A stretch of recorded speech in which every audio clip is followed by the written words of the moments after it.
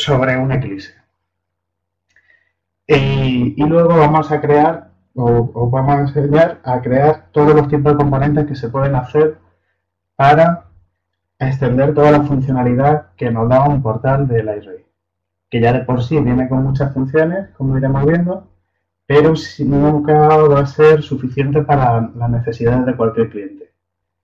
Entonces, de manera sencilla vamos a poder crear todos los tipos de componentes que son portlets, hooks, explugin, temas y layouts, que ya iremos viendo. Bueno, ¿a quién va dirigido? Qué importante. Pues yo asumo que sois programadores o que tenéis conocimientos de Java y de entorno de desarrollo web. Vamos a ver programación Java y orientado a web. Va a ser importante tener conceptos claros como servlet, JSP y el derivados de cliente HTML, CSS y JavaScript, aunque será lo que menos toquemos, y base de datos relacionales. Vamos a utilizar un MySQL. Y bueno, es importante el tema del equipo que tengáis, ya que nos va a requerir bastante memoria de RAM, sobre todo. He puesto aquí que como mínimo 4 GB de RAM, si no queréis que os vaya bastante lento. Inicialmente, el bundle que viene con el portal va a ocupar 1 GB. Entonces, mínimo tenemos que tener 1 GB libre. No creo que sea necesario que lo aumentemos la memoria, pero si no le podríamos meter más. Y aquí el temario en sí. Bueno, está dividido en 8 temas y he intentado ir mezclando un poco de teoría y algo de práctica para no hacerlo tan pesado. Que yo sé que esto al final, y más así online, que os podéis quedar un poquito dormidos a esta hora ya. Y porque estamos todavía el lunes, que va la cosa bien. Bueno, el tema 1 es un overview sobre Lightray, contando los conceptos básicos que van a ser necesarios que conozcamos. El tema del versionado es importante, ya os lo contaré, los dos tipos de versiones que hay, la Community y la Enterprise. Nosotros trabajaremos con la Community, que va a ser más sencillo para poder descargárnoslo y todo, y para poder trabajar, pero es prácticamente igual. Lo único que las actualizaciones y los service packs que se publican continuamente, pues van sobre la versión de pago. Os contaré un poco las características y por qué utilizarlo y algo de bibliografía. No sé cómo iréis con el inglés, pero la documentación que vamos a ver aquí en el curso va a ser lo poco que veáis en español acerca de Lightray. Luego, una vez hayamos visto un overview, que ya sepamos más o menos de qué va el tema, iremos a la instalación y la puesta en marcha de un bundle. Nos descargamos el Tomcat, que ya viene con el portal preconfigurado, y lo arrancamos y lo configuramos en local. Luego, una vez que lo tengamos configurado, ya lo conectemos con nuestra base de datos y hagamos la parametrización inicial. Un poquito más de teoría, que ya haciendo algo más de hincapié en cómo se organiza internamente el Lightray, el tema de usuario, grupo y roles, que es muy importante.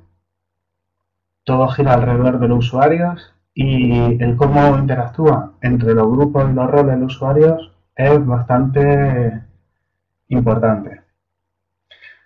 Luego, las organizaciones y sitios o comunidades, que cambió el nombre a partir de la versión 6.1. Antes se llamaban comunidades y ahora se llaman sitios. Todo va organizado a través de organizaciones y sitios. Tenemos que tener bien claro qué significan y cómo se estructuran y cómo funcionan.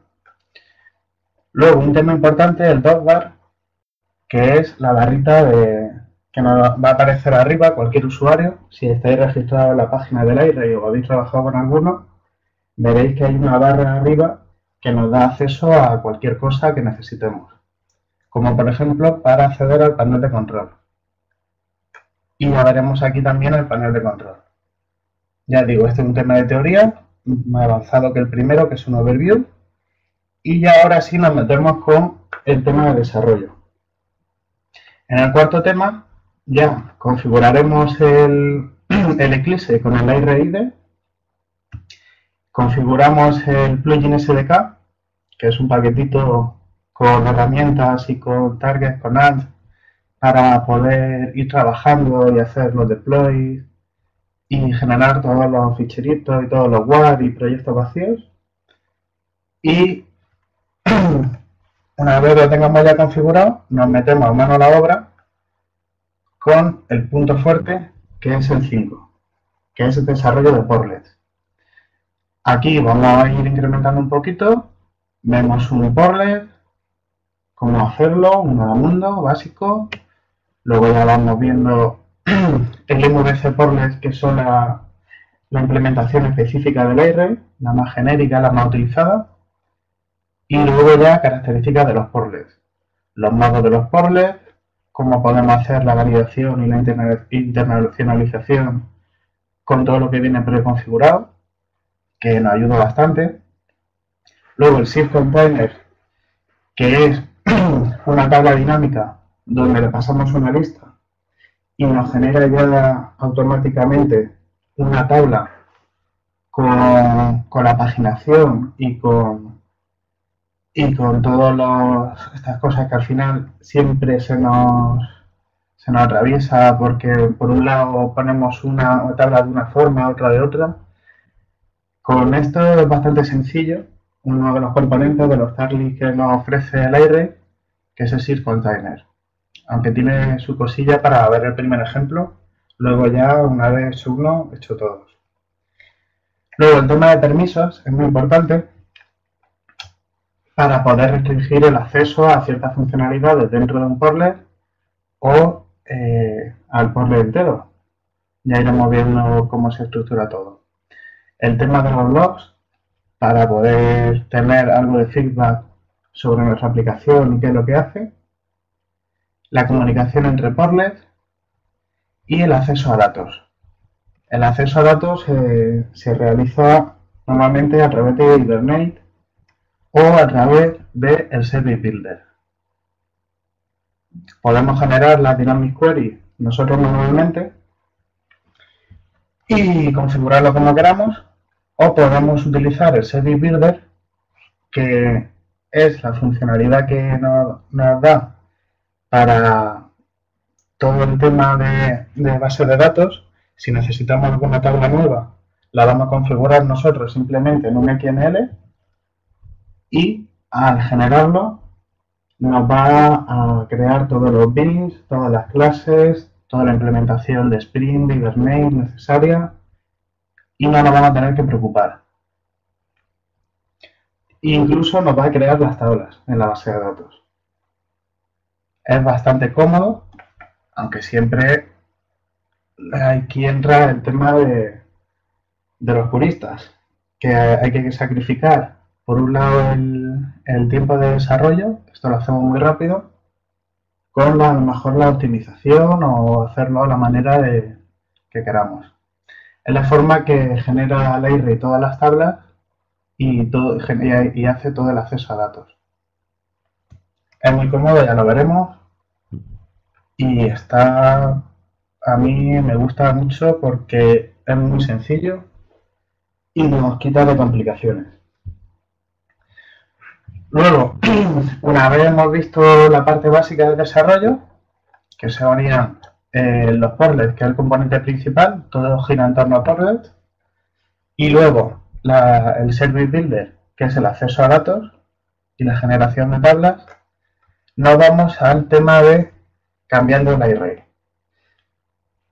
Aquí entran otros dos tipos de componentes, que son los hooks y los edge plugins.